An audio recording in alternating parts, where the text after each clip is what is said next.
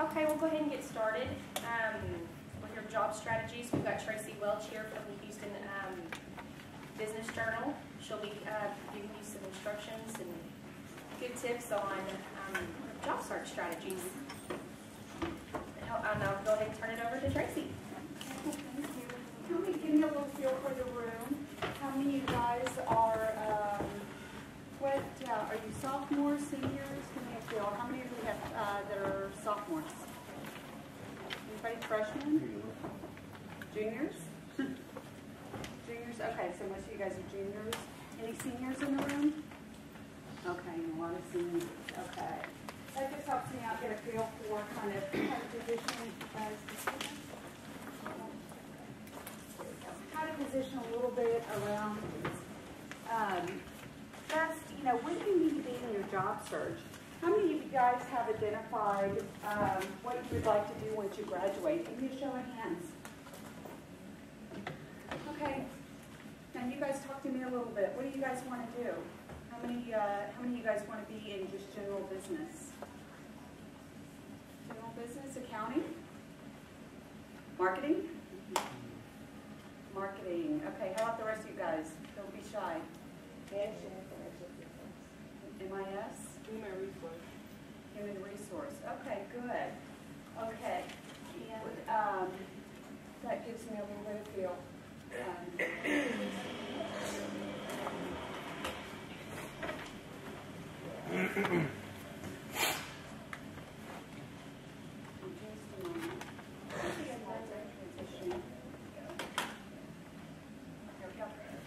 As you mentioned, my name is Tracy Welch-Brenton. I'm Director of Audience Development for the Houston Business Journal. You say, okay, what does that mean? Basically, I do everything marketing, PR communications, or MarCom, as you'll hear it called.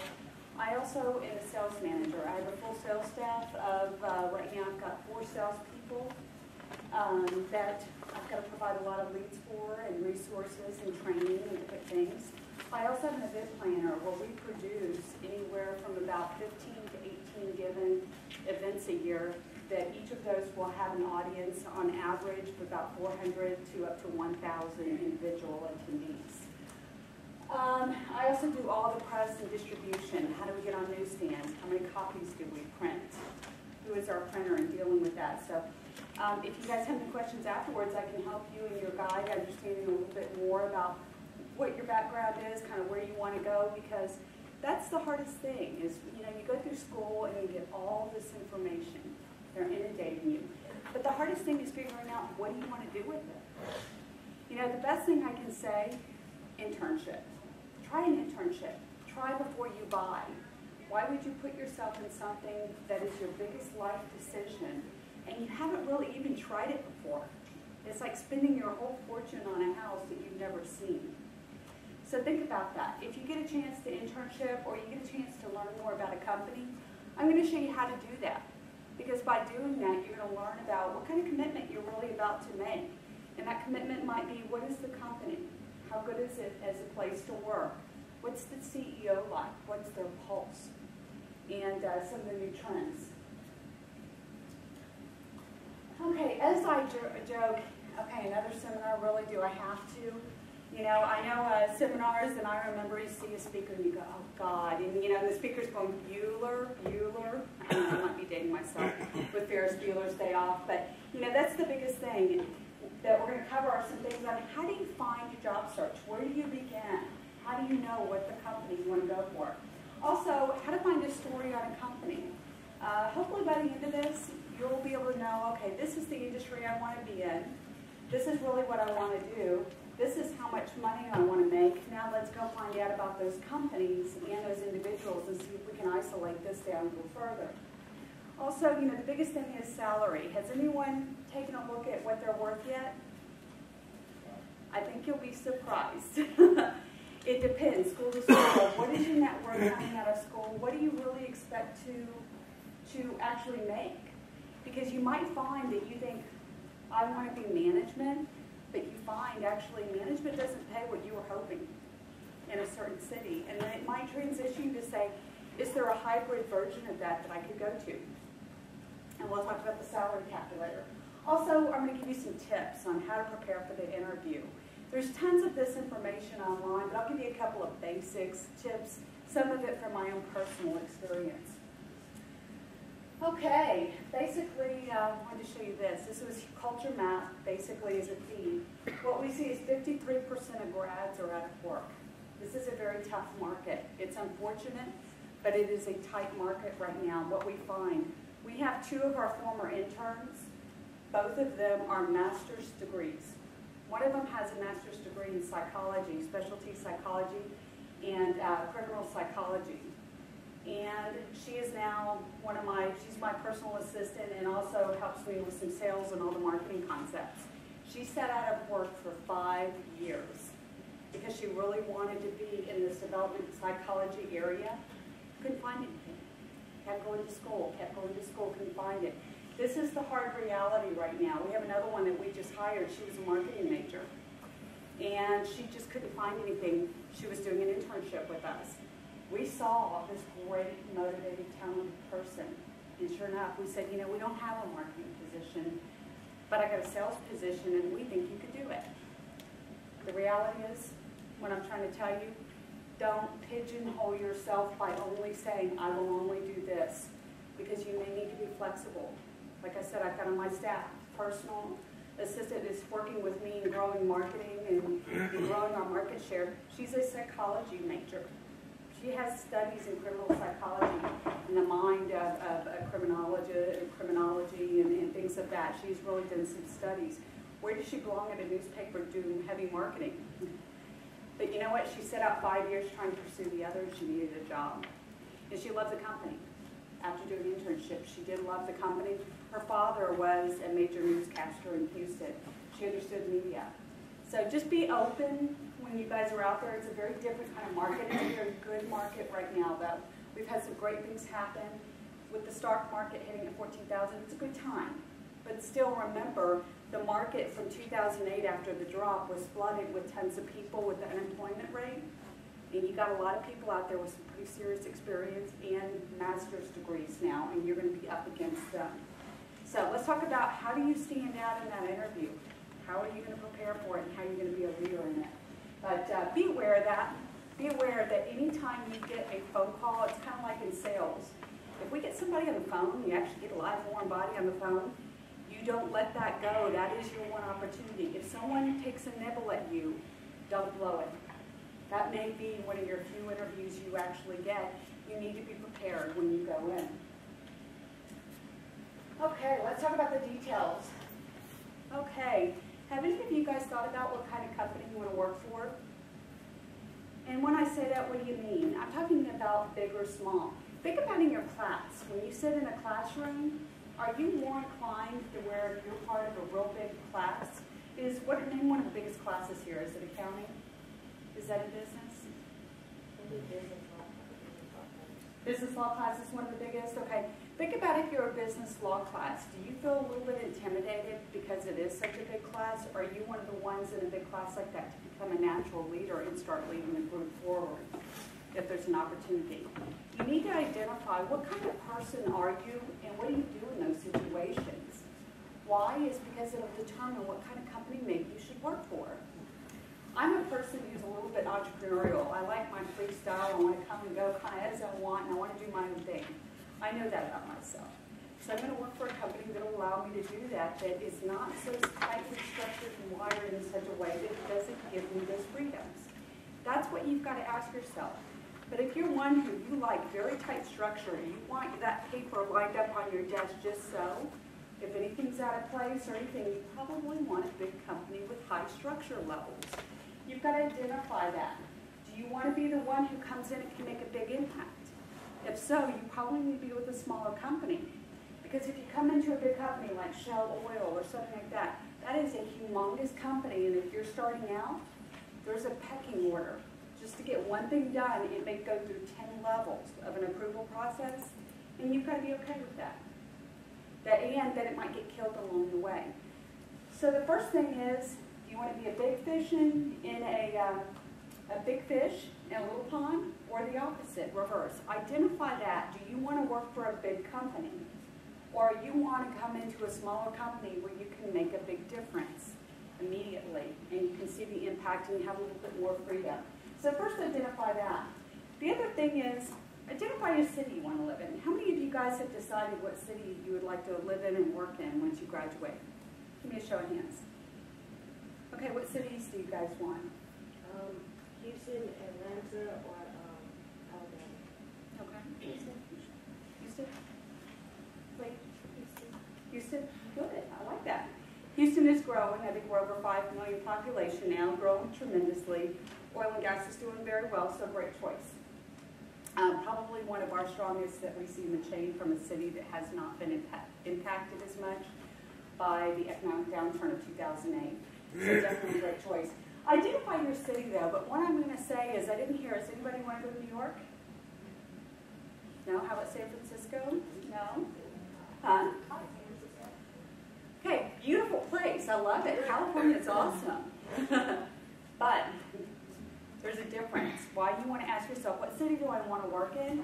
Is because you may apply for a job making $40,000 in San Francisco. Yes. And Houston, same job, $40,000.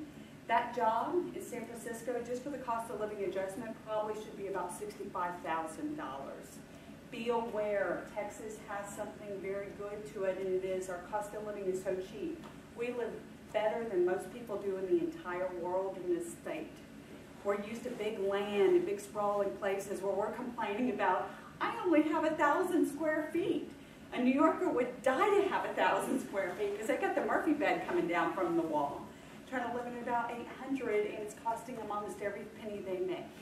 So think about where you want to live, but live in a vibrant state or town. Also, always take a look at state income tax. We don't have that in Texas. We're protected by that bubble. But be very aware of state income tax because we're not used to it. And if you guys have been working and you move to a state with a state income tax, you may need to be taking another 10% or more off of what you're making that you're not accustomed to. You're going to go, well, wait a second. I'm not really making anything here. Well, you just bumped into state income tax. So be very aware of things like that when you get into cost of living adjustments.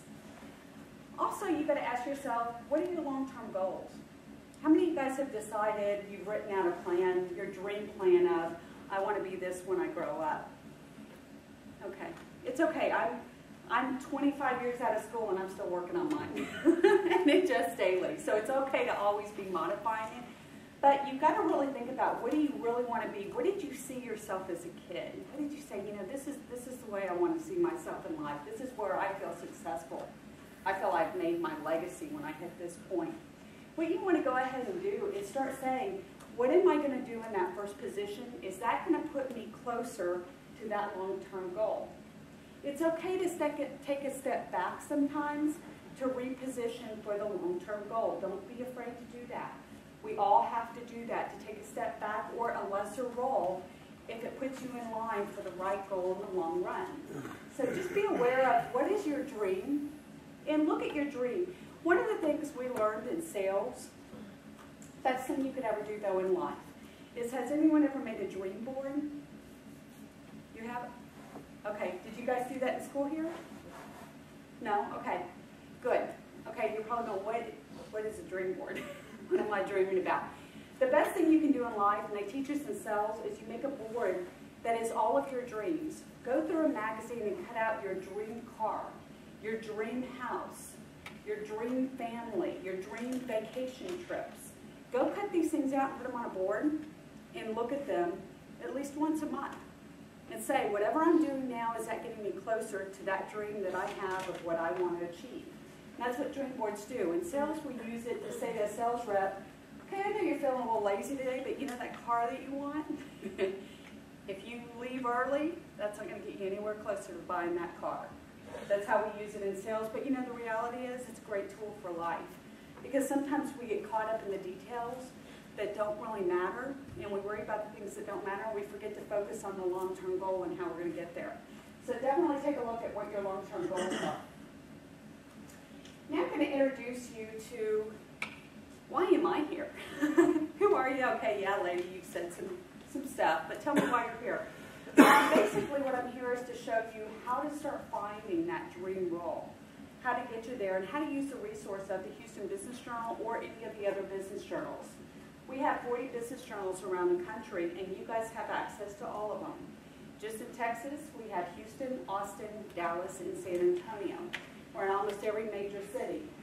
So first thing I want to introduce you to is something called the Book of Lists. I'll pass a few of these around.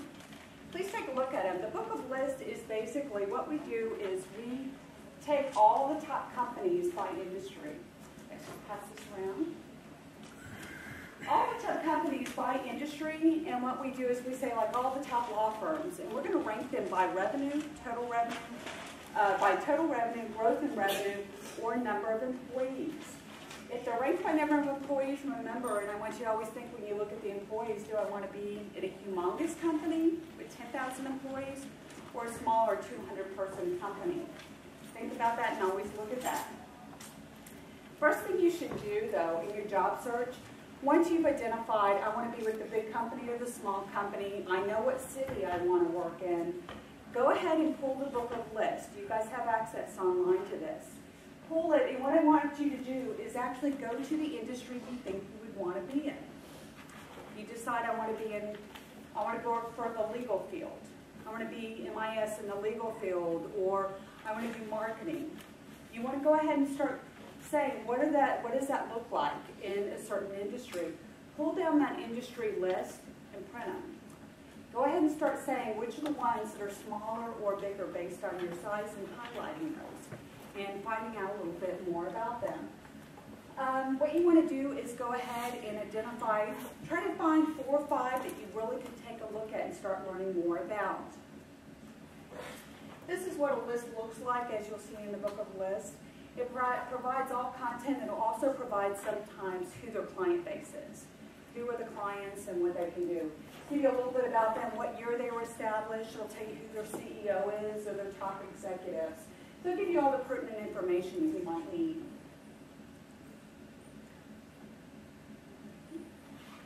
Okay, the next thing is to target. You've got to now target your company. The first thing I would recommend doing, say that you've printed out 4 or 5 companies that you've identified from the list in your printouts. Now what you want to do is go research our website. If you go into the general website, you can start pulling down information, and you're going to pull down on a couple of different ways. Number 1, you want to pull down on the company itself, any and all news information on the company. Number 2 is you've got to understand that executive. What makes them tick? Have any of you guys been exposed to some of any news or anything on top executives of the world and how they run businesses? There's one very prominent one that passed away a few years ago. Steve Jobs. You got it. Did anyone learn about Steve Jobs and how he ran things? Has anyone heard? Did anyone read the Steve Jobs biography? The Isaacson? Okay. Steve Jobs, you would go perform your best work, what you thought. And you would be saying, okay, here, Steve, here's the best thing. I got to show you this. I'm excited. And Steve would come up to you and go, that's total shit. He was known for that. That's total shit. That's what he would say to you. And then he would turn away, and 2 seconds later, you'd go, hey, he'd go to someone, hey, I got this great idea. We're going to do this thing, and it looks like this. And it's your idea. He just took it, he ran with it, and now he's doing something with it, and he gives no attribution to you. Did it all the time. All the time. We had a gal that she spoke with us. She worked right directly. She spoke to at one of our events right alongside Steve Jobs, and she said she was getting ready to major auditorium this presentation. She sat down. Steve sat next to her, and I don't know if you guys know him. He was a little off the cuff. Always no shoes. Went barefoot everywhere. Never, yeah. That was his thing. That was, he's very earthy and didn't want shoes, and he also was a big vegan and all kind of stuff. But sat next to her, she's got this major presentation. She's about to go on this place, 400 people. And Steve gets up there, looks at her presentation, and says, "You're not really about to go up on stage to present that, are you?" And she said, "Yeah, why?" And he goes, "I'd be embarrassed if I were you. I'm out of here." And he turns around and walks out on her. Someone you're working with. That's the type of person he was. But at the same breath, you know, it's funny because they had last week, and I can't remember who came up, it might have been Forbes that came up with it, of what they called the best bosses list, or the happiest companies to work for and the best bosses. Steve Jobs was on that list, and people said, but how could he be? He was the worst boss ever. He was, but he had something greatness to him, and that was he knew how to motivate people. He was so hard on you, and he would beat you up so fiercely that you wanted to win, you wanted to do good. So my point in hand, you have to understand the executive, what you're going to work for.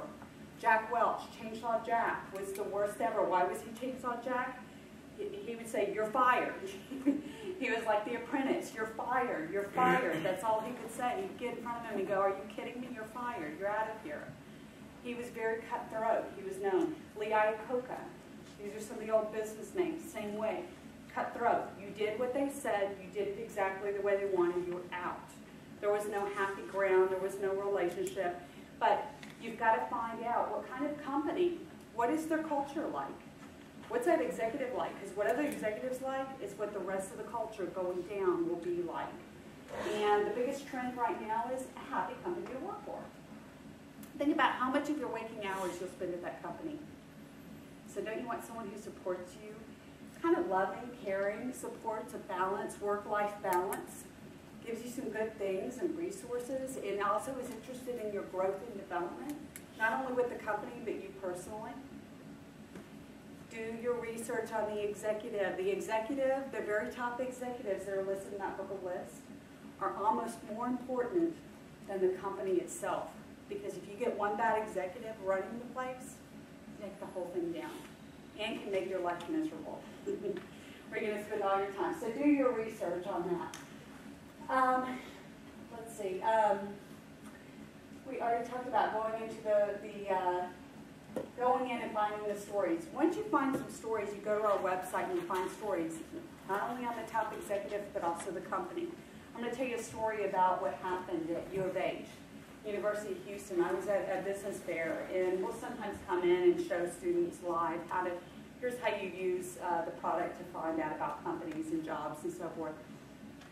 And we were there, and it was a major oil company. I'll leave the name out because they're here in Beaumont. But they were there. They had just laid off 500 people, and they were on our front page saying, such and such company laid off 500 people. But 2 rows over, they were at a booth taking resumes of young students that are about to graduate. Of course, people come over to our booth and go, I just gave them a resume, and they just had a massive layoff. What are they doing here? And the guy came over from the booth and said, oh, what the worst week to have you guys here that we're on the front page with a massive layoff. But what does it show you? You have to know about these companies, because I'm going to tell you, there's companies, Compaq, before Compaq and HP merged, used to be the one. They were like, they hire constantly. They'd constantly be hiring people with an intent. We're going to hire 1,000 and lay off 500 almost instantly. They turn them, and you can see the patterns. Our news will report that.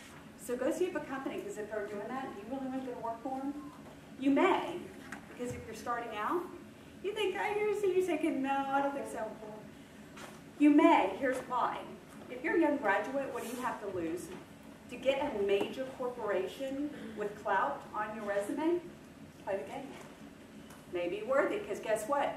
You go from, I just graduated Lamar, I've got nothing, to suddenly I've got this major corporation on my resume. Doesn't matter, it didn't last very long. Guess what? It just planted the seeds for something bigger. But when you're getting further along in your career, don't take those chances. Don't go with those. Be aware, or take them knowingly. I go here, but I keep my resume out on the street, and I know what's going on. Because I'll tell you, there are a lot of companies who do that. They hire big waves. We had one announce, another oil and gas, Weatherford International. We got a tip from somebody this week that they're about to do a massive layoff, and then all of a sudden we got a tip right after that. They're very much being eyeballed on acquisition right now. That's the type of stuff you would know, because Weatherford is one of the top places graduates will look, is a company like Weatherford. And then we hear a news story like that, well, wait a second. You've really got to watch. That's why you've got to be very aware of what's going on when you're doing that. Let me show you a little bit of what the digital, when you guys go and do your search, this is what you're going to come into as a product that looks like this. Basically what you can do is, it's kind of hidden, but if you see right there, there's a search back there. Go in there and you can just type in the company name. And then it also has a pull down right to the side of it right here.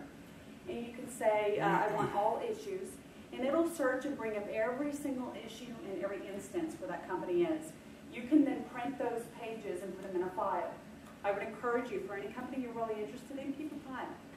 Keep a file of them so you know what's going on and you can actually talk about it. I can't tell you how many times I go through an interview. I'm always interviewing. And I can't tell you how many times I give them a website, www.acbj.com, to go look up about our company before they come in and meet with me. Also, Houston Business Journal. And I can't tell you how many times I get people who come in, they have never gone to the website, they've never looked us up, they've never tried to touch our product, but yet they're trying to sell me on, I really want to work for your company? What do you think I'm thinking? Wait, you want to work for me so bad that you haven't even looked up who we are as a company, you haven't been to our website, you haven't learned about our corporate culture or read anything? Be prepared when you go on for the interview. Say, hey, I read a great story recently, or I saw that you guys were on Forbes' Best Places to Work list. You should be aware of that and show them that you've done your research on them. You can't come in and go, yeah, I really want to work for you. Do you? Prove it. Prove it. Close them by saying, hey, yeah, I looked up a lot of information. You guys have been real busy lately. You guys have had some great stuff going on. Because a manager like me is going to really tell me about it. I'm going to see how much you did, how much homework you did. Because it is just that, it's homework. Part of looking for a job, it takes a lot of time. It doesn't mean just submit your resume and, oh, I might get lucky. Not in this day and age. Go and prepare for the interview, and part of that is knowing what the company is doing. But it's by looking it up. Also, you can go into a piece that looks like this and get in all of our back issues. This is an example. If I look at Continental Airlines, it'll take you to every time we've mentioned them from 2009 to the present. It will show you, take you directly to that page. You can print it, stick it in a file so that you have it, or just read it. Okay, how many of you guys have targeted a company already? Is there anybody here? Talk to me. Who's your company? BASF. BASF. Yeah, it's a joint venture with Total in Port Arthur. Okay. You know what happened to them a few years ago? No. Okay, look it up. Well, I haven't worked for them yet. I worked for Total for about 4 years. But Look it up. Okay. Obama administration, major cuts, all of Sealy, took the whole town down. The outlet center, it's all gone. BASF is almost a has-been. But how do I know that? Go look it up. All the they're the equipment manufacturer for most of our I don't know what you call those, the big. Do you know what they're called? The big truck things and everything that they use on military expeditions and things. They're one of the main providers. Most of those are made by BASF and Sealy. Obama administration had to do cuts. We had to balance the budget. And that was one of the main contracts that was lost. So just be aware of it. Sealy was affected, but I don't know if they picked up any area. It completely went down. I drove by the other day on my way to Austin. It actually looked like activity again. So I don't know what that's about, but there were a bunch of trucks where it was emptied suddenly. The Sealy outlet mall, the whole town depended on BASF.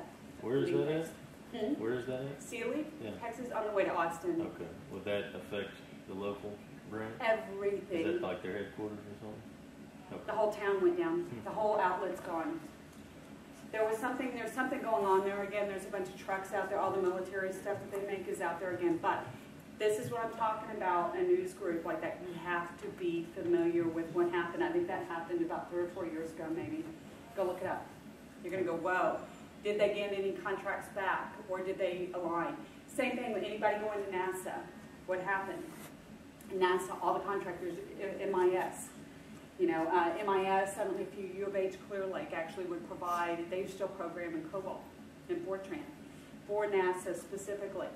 What happened? Obama administration again had to make cuts. Very understandable. But what happened to NASA? Space Center, all of it's gone. What happened to Clear Lake? What happens to that whole area?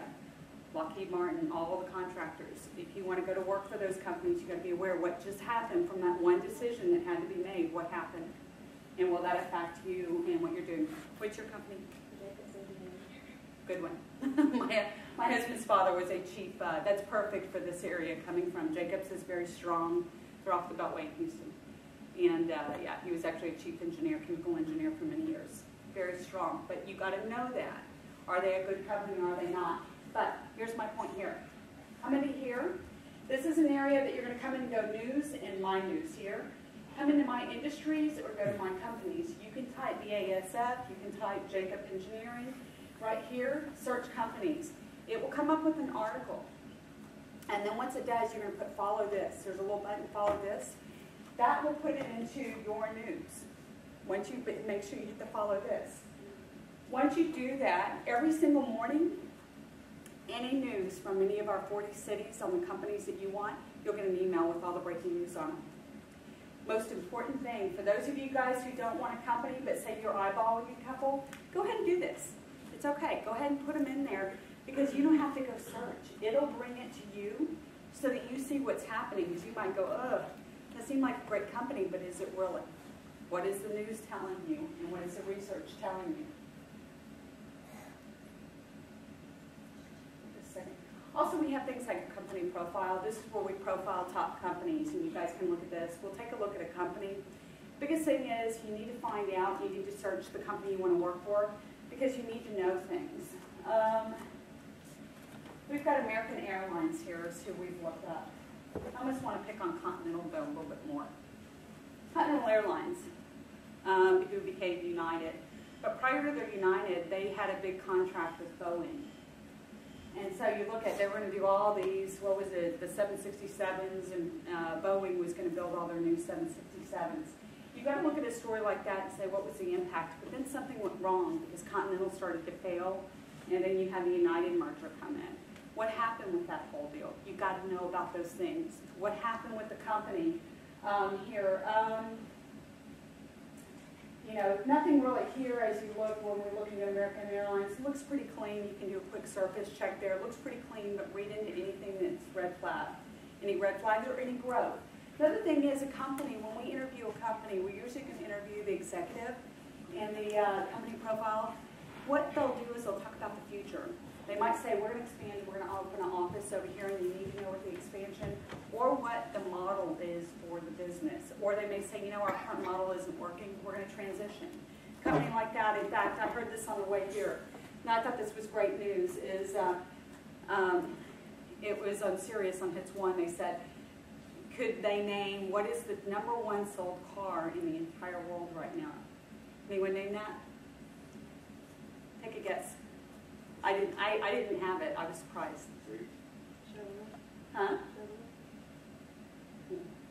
I thought it would have been Honda Accord. That's what a bunch of them said. Honda Accord. Everybody knows a Honda Accord. Ford Fusion.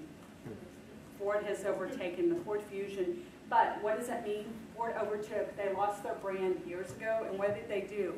A few years ago, they got around American Idol, positioned very strong to a younger audience, #1.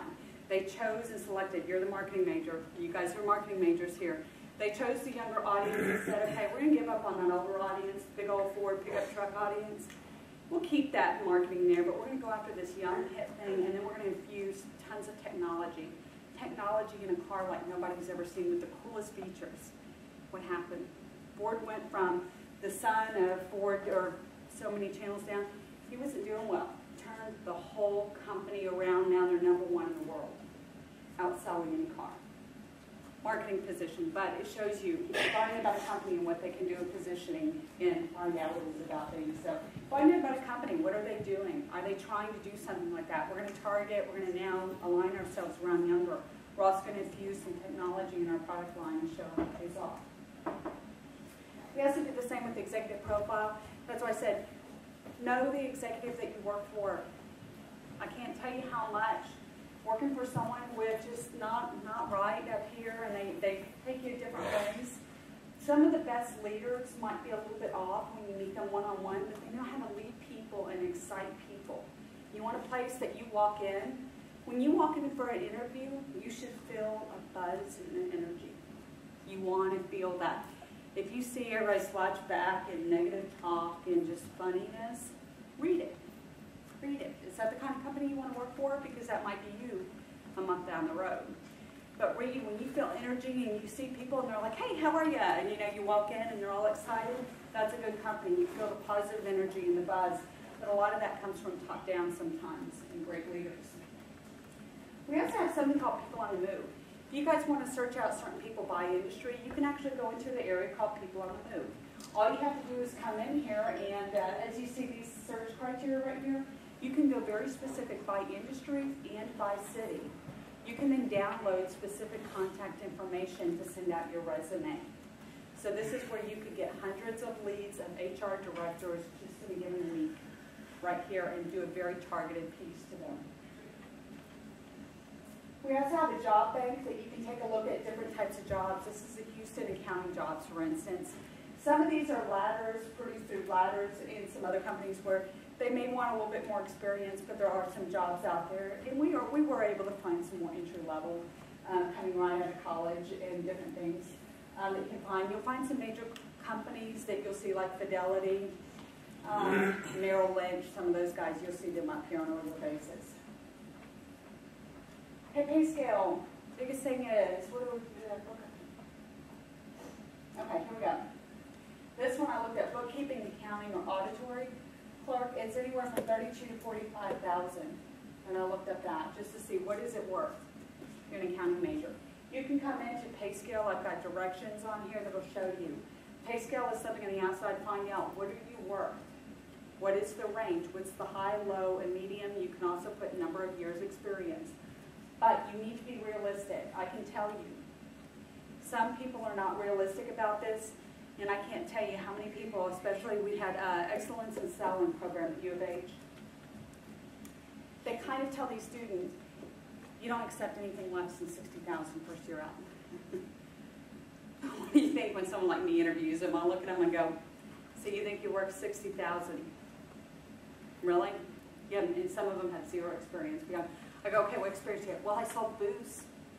I had to sell booze and I did cold calling on the phone for my university. And you think you're worth $60,000. Let's see what the market says you're worth. And I'll pull a market report and say, good luck with that. Let me know when you're ready to settle at this, which is what the market is. We'll talk. And come back. Be careful. Don't go in thinking you're worth more than you are. Know what the market is, but at the same time, there's a way in negotiation. Don't give yourself away. Be careful on those questions like, you know, how much do you want to make? Be careful about answering that question. You know, you want to come back at them and not directly answer that and say, you know, here's my assets, here's the skill set, here's what I'm going to deliver to you, and this is how it's going to translate. Answer it that way. Don't answer with a solid question back. But say, but you know what, I understand what market is too, and I would be within that range. Within that range. That's how you answer that question. Be careful with questions like that. Those are trick questions in an interview. Be very, very cautious. Another thing during the interview process, be very cautious with. Some people are so good at making you so comfortable you'll talk. Do not say just anything and everything. Do not talk medical. They're not supposed to ask you, but don't offer it. Don't talk about anything except your skill set, what you're going to do for the company, what you know of the company, and the biggest thing is asking for the job and closing the sale. As we say, asking for the job. Get all of that. They don't care that you have a cat. They don't care that you do fun things. You know, our boss asked one thing, what do you do in your spare time? He wants to know what are your interests outside of the company. Be prepared for a question like that. What do you do in your spare time? Think about things that you do in your spare time that would show that you're a producer that would help that company and they might benefit. Or that you're very, hey, I'm lead choir person at my church, and I'm big about supporting the community I live in. That shows you as a leader. That's important to them. But be careful how you answer. Not, I go hang out with my friends. We go to the bar all the time. They have this great bar. You got to go on to. Have you been to the one on 6th Street over here? You haven't been to that bar yet? Are you kidding? That's no. Instead, say, you know what?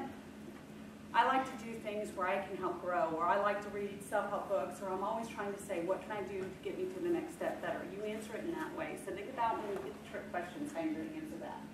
And on pay scale, make sure you know what you're worth. Don't go in there with high expectations that are unrealistic. But don't let someone underpay you too and go, well, you're just not worth that. Another thing I will caution you on is some of the labor laws around don't let someone work you 14 to 20 hours a week and not be willing to pay you. That's against the law. So make sure you guys are aware of that what they're asking you to work is reasonable amount of hours. Again, it's that work-life balance. Don't let people put you in there and use you and abuse you either. It's one of the things, and it's something that can happen a lot of times in certain industries where they just try to burn people out early, get them as much as they can from them. Find a great place to work as a company. Okay, events. I'm going to talk a little bit about events. Have any of you guys been out to any events, B2B events or marketing events of any kind? No? Okay. Once you if you decide I want to find a company, has anyone seen it? I'm really dating myself here, like really dating myself. Okay, go get a movie called Working Girl. Melanie Griffith. I think it was in the 80s maybe. But it's Melanie Griffith. She does something in the movie where she is this assistant to this really aggressive lady. And she thinks she finds some news clips about a big merger that's going to happen, and she feels like they can play a part in it. She tries to show her boss, and her boss is like, yeah, whatever. I'm busy, and I'm busy doing my own deals, whatever. And so what she does is her boss ends up hurt and in the hospital.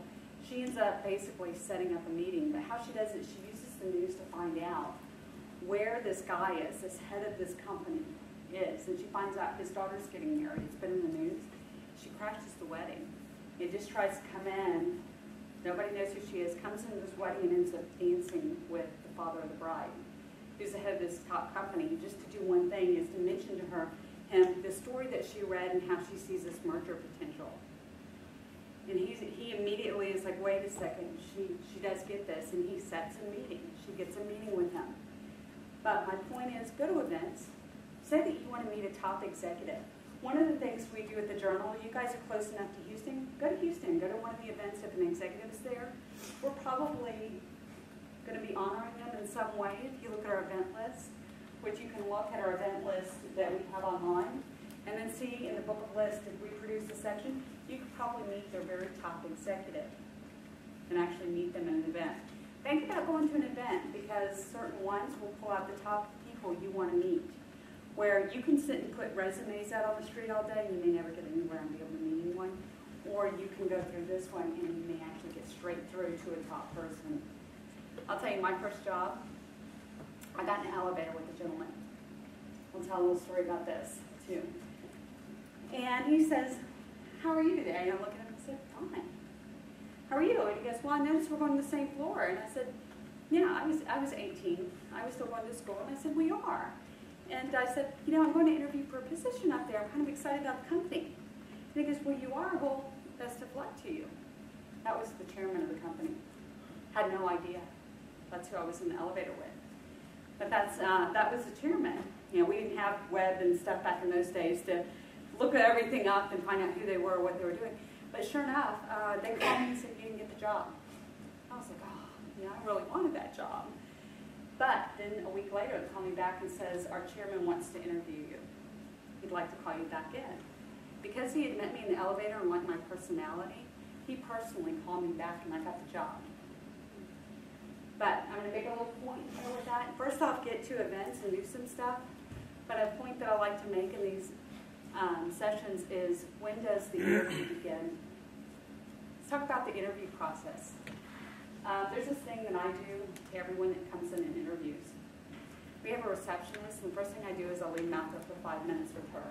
Number one, if they treat her bad, they're going to treat other people bad, and that's not the kind of person I want working with me. I want someone who treats everybody, no matter who they are or what they do, with respect, and they treat them kindly, and especially if they're on an interview. That's number one. Number two is, when you get out of that car, leave your cell phone in it. Leave your cell phone in the car. You don't need it for the interview. And from that point you step out of that car, your game face is on. You're serious. When you sit in that chair on that, they say, we'll call someone out, take a seat. Would you like water? Be nice. Be very, very cordial. Maybe ask the receptionist, hey, can you tell me a little bit of the company? How long have you been here? Ask some questions like that. Sit up straight. Don't go slouch and sit on your phone doing this stuff. That's horrible. That your person you just got an interview with finally, and you come out and you're over here like this on your phone slouched over. No. Sit up straight. Be professional. Start talking and developing a rapport with the receptionist. Because if they walk out and they see you're already developing a rapport with someone there, that's a bonus. That's a bonus that you're making a connection there. But the biggest thing is the moment you get out of that car, leave the cell phone behind. The interview begins then. Because you know what? You don't know that person that just passed in the hallway is the person you're about to meet, or the decision maker in hiring. Be aware that anybody around you, from that point you step out and you're in that perimeter, that might be your hiring decision person who's making that hiring decision. So be on guard, be aware. Look at people when you're walking down, hi. Just a simple hi, like I did. Hey, hi, how are you? Oh, we're on the same floor. Oh, we are. I'm going for this position, you know. That simple little conversation and me being very friendly with him was enough to pull me back in and get the job. So be very aware of timing on some things. As I said, dress appropriately for the interview also. You know, I'm shocked at this, but we have so many graduate students who come in our office right now that that's the number one thing we have to harp on them. They're so smart, they're so motivated, and then we have to say, you know, the tank top down to here, pulled down with all this, no. Not in a business interview. Put your suit on, come in professional, make it as great as you can. Do some things like go to Office Depot. Do any of you guys have business cards for yourself yet? Okay, good. If not, go to Vista Print, design one. $15 or $22 by the time you ship, you can have a business card. Create a business card for yourself with your information and put some of your skill sets on the back.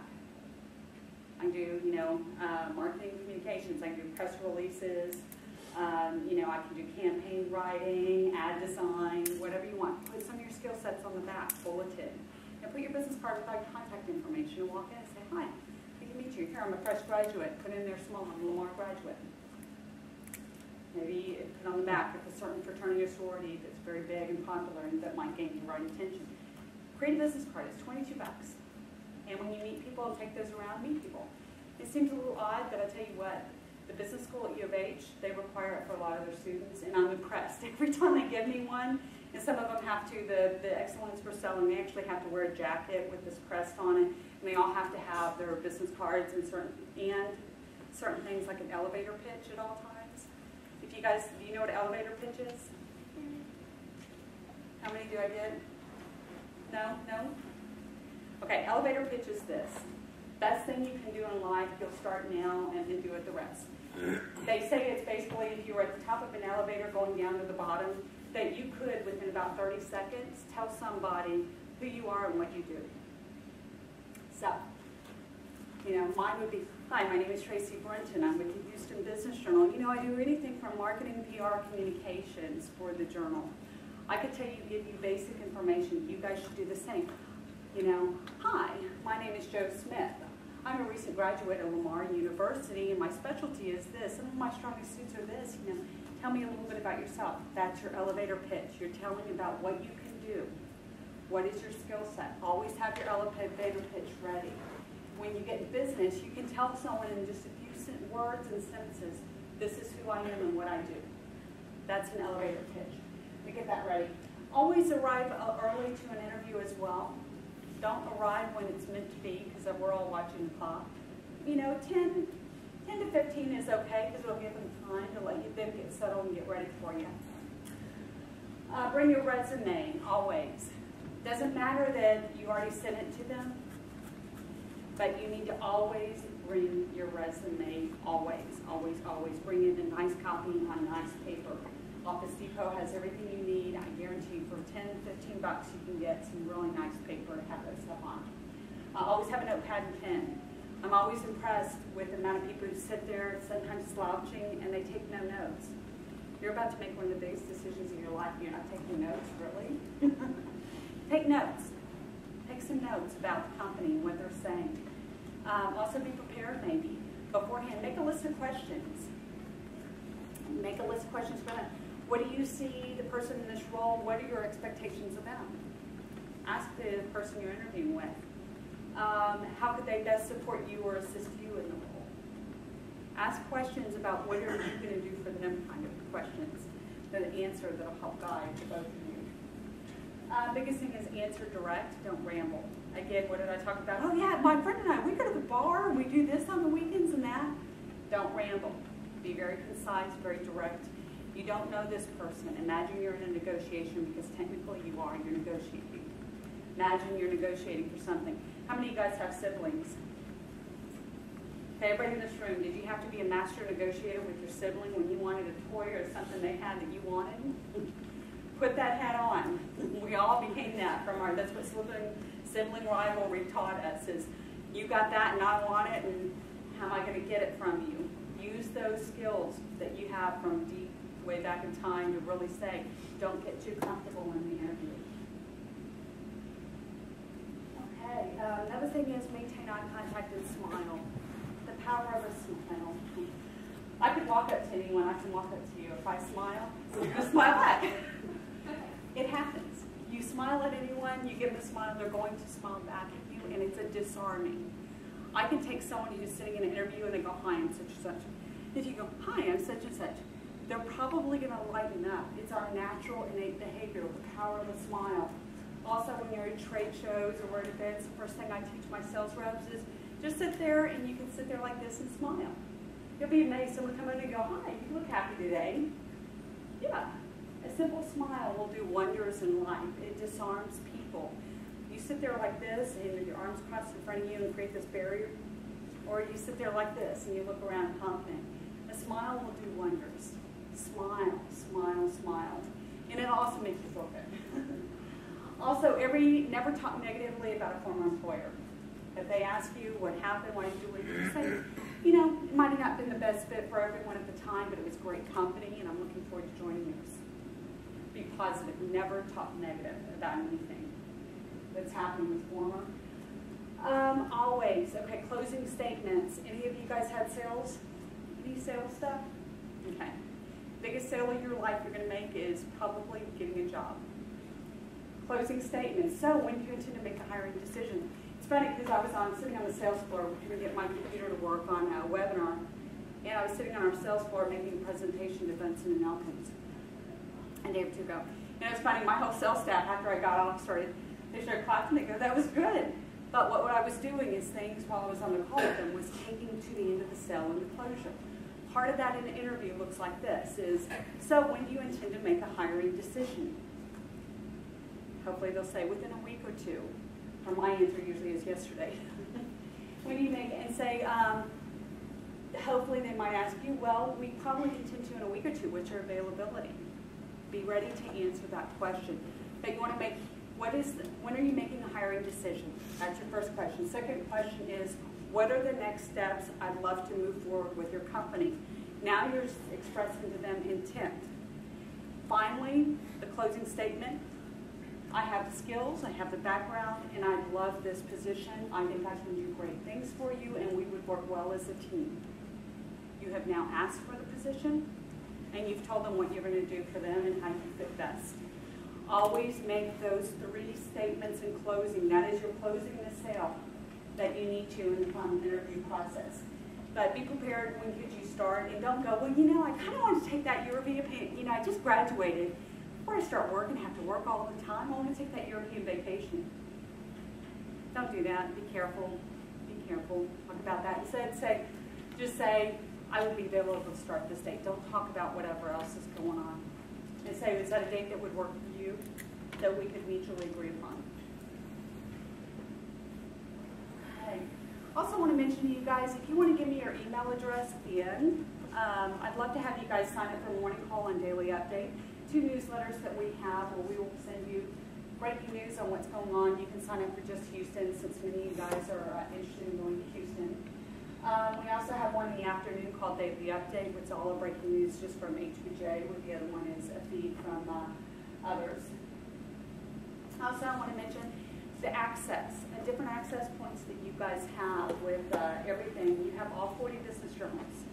So any business journal in all 40 major cities that we're in, you get into all their information, their book of lists, their archives and everything, so that if you decide I want to work there, or if it's just a national company you want to find out, and they've got multiple things, for instance, like United Airlines.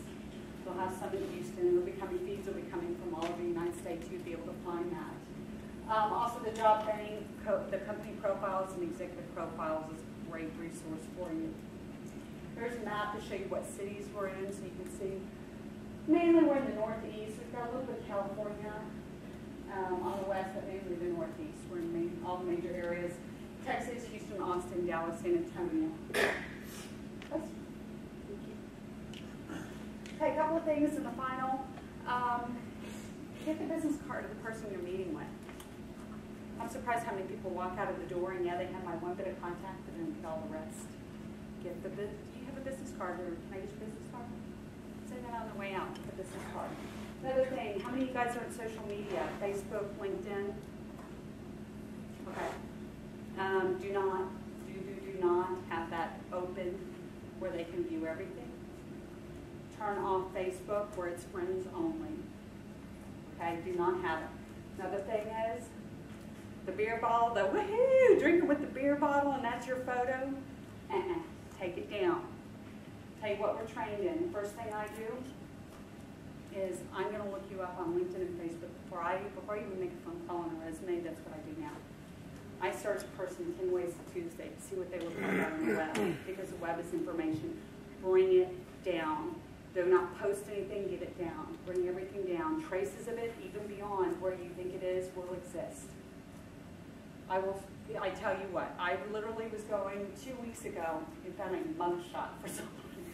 You know, I think it was something, it was a guy who had applied for a position. And I think it was probably a child support case from the way it ran. But I ended up on this mugshots.com. Next thing you know, I got the guy's mugshot. Be careful what's on the web. Take that stuff down. LinkedIn, that is meant for business. You should have, how many of you guys have LinkedIn? Okay, every single person in this room, spend your weekend doing it. Bring up a LinkedIn. It should be very professional. It should list all your skills. LinkedIn is skill-based. They've changed it recently where it's all your skills and people can endorse you for your skills. Also, ask people if you worked for anybody if they can do a recommendation for you. Talking about, that, well, Tracy was great to work with and she was really strong in making projects happen or come to fruition. Something like that. You want to have that. But get LinkedIn up and running, because technically that is your online resume, is LinkedIn. That is your online resume. Facebook, I caution you. I will so caution you. What you put out there on the web will be 10 years later here to haunt. Don't put it out there, and if there's traces that appear. There's other traces of this stuff that can appear. You imagine, especially the marketing people in the room, if you were to write a marketing plan for yourself, what would that marketing plan look like? That's what LinkedIn and Facebook technically should be. Always positive, promoting yourself. Don't get in there and put all the dirt out there on the wires. What was it, the old Southern saying, or the one I was brought up with, don't put your dirty laundry out to dry. Don't. It's not meant for that. Positive communication that people want to connect with you, so be very cautious. Also, internships. If you don't know where you want to go, or you think you do, but you might find you don't, try an internship. Sometimes they're paid, sometimes they're unpaid. It's okay. It's worth its weight in gold. I can't tell you how many internships. 2 of my staff members right now were interns for us. If we find an intern we love, we're not going to let them go. We may not have what they were originally looking for, but we'll find a place. We'll say to them, will you be flexible with us until we might have an opening and come in here? Go to internships, because you know what? You just got your foot in the door. And if you come in and work hard, they're going to fight to keep you. If they believe in you as a company, like one of mine, she's a sales rep. She was the marketing major who's now a sales rep. And she's now decided I'm a salesperson. I see the commission checks, I'm a salesperson. I'm not a marketing person anymore. But she was someone we saw this talent in. I kept saying she was my business crush. Because anything I gave her, she just napped. I was like, man, she just run with it, and it was awesome. She'd come back, okay, it's done. What's next? What's next? And I'd be going, I love this person, But when it came and her internship was up, I was like, I'm not letting go to her. I don't care what we got to find her. She's staying with me. And I did. And at first we went a couple of places, and then I finally said, I had to put my thinking cap on as a manager. I'm going to let her go. No way. Sure enough, we put her in a sales position, which was very far-fetched, and it was kind of, I came to my boss and said, you're going to think I'm crazy, but I think I want to put her on marketing intern in a sales position. He looked at me and goes, who? What? What are you talking about? And I said, oh, by the way, I've already put her through our sales interview. He goes, you what? And I said, just go with me. And then they started thinking about it, and I started telling him my plan. And he goes, actually, this might be brilliant. She's been there with me 3 months now, I guess. Top sales rep on the floor. She's doing it through marketing. She uses marketing and emails and campaigns. What I did is I knew what she loved and I knew what she was talented at, and I made it fit. She was my #1 sales rep, and she's already going to take a lead in the country. But it was good people and an internship. I don't let you go. They're going to find a way to keep you. So get in the internships. It's a great way to get your foot in the door and hard companies to get into. Okay, job search. How many of you guys were seniors? Give me a hand, raise your hands again. Okay. How many of you guys have jobs? Oh, you guys do, like your jobs where you're going next? Oh, no. I'm going to Disney now. Like, I'm graduating in May. I'm going to do the college program. Oh, that's good. That's great. Okay. I'm just going to tell you right now, if you're not pretty far along in your job search, you're behind. For those of you who are not seniors, by pretty much September, it's kind of like, remember when you were in high school, you had that SAT thing kind of hanging over your head, and by pretty much December of your senior year, if you weren't accepted to college, you were kind of like, where am I going, because all the good spots are gone. Remember that pressure? Same thing here.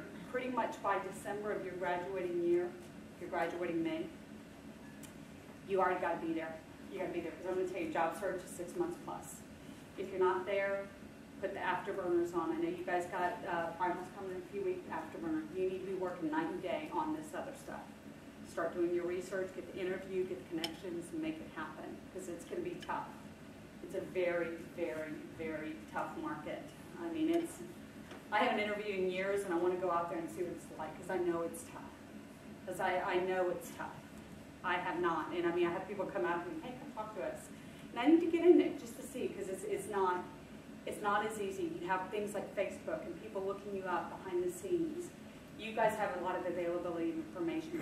It's a different kind of deal because there's so many people after just few jobs. It's kind of like the NBA. There's only so many good players in the NBA, and they're all after the good top positions. So start interviewing early. For those of you guys who are seniors, you need to work hard and get there. For those of you guys who are there, congrats. But be prepared. You may get into that company and go, I don't want to do this at all. As we joke, we have so many attorneys. You can walk into a newsroom in any newspaper and say, who's here an attorney? And half of the newsroom will raise their hand. They're all law degrees. Most of them practiced at some point in time, and they decided, I can't represent people that I'm not sure about. They get this ethics thing in their head, and so they end up in a newsroom. Very common. It's okay. It happens. But that's why internships will have you flush that out ahead of time. Okay, and then I say my little final sayings. Farmer plants the seeds early. If you really want to reap the benefits, you've got to start early. But pretty much that's it. Did you guys learn some good stuff? Give me feedback. I don't want to waste your time at all. If you guys have any questions, anybody? Subscription, you know, the best way, if you guys are very technical to do it, the lowest price we have is $59 for a digital. You can get full digital access. While you're at the university, though, you have unlimited access to everything. But just for Houston, if you want to get a Houston Business Journal subscription, or any of our markets, for digital is $59, and then print and digital is right at $100. So, which we'd love to have you subscribe. Also, I encourage you guys, if you guys want, we can create a list for you to put your email addresses. We can at least start you on our email newsletter product, so you get the breaking news every day and see what that feels like. But, you know, I'll tell you what, you go to mom and dad and say, I need this book of lists thing here, and, you know, I'm going to use it for job search. Mom and dad will ante up. After what they've just spent putting you through college, they'll ante up and get you any resource. That we actually have a flood of parents who get them for the graduates just to help them find jobs, and I'll actually coach them through that process because it is such a tool. It's a great tool for doing that. So I'd love to have you join us as a subscriber. Do y'all cover the fashion industry in the journal? Not unless it's the business side. We do have something called H-Town, where we'll talk about what our top executives are wearing, or a top designer that's doing well. His business is growing.